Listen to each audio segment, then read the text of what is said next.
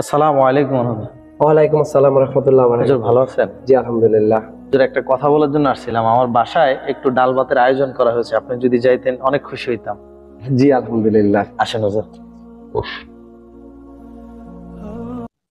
এই, আরে ভাই,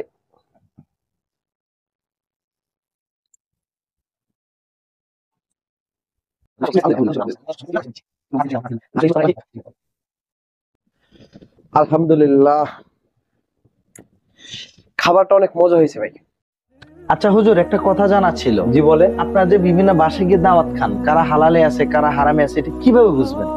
আমরা হলাম আলেম মানুষ, মসজিদ মাদ্রাসা চাকরি করি, অন্যের ঘরে আল্লাহ রাখি রিজিক আমরা কবুল করি।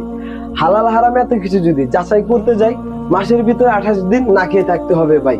সুদ ঘুষের সমিতি বড়াই এ দেশ, যাচাই না করে খাবার খাই তাতে আসি বেশ। 7,000 টাকা বেতন পাই, সংসার চলে কোন রকম করে। এত কিছু যাচাই করলে ভাই না খেয়ে থাকতে হবে পরে। কথার বেলায় অনেকে আছে, কাজের বেলা নাই, পারলে কিছু আলেমদের বেতন বাড়ায় দিন ভাই।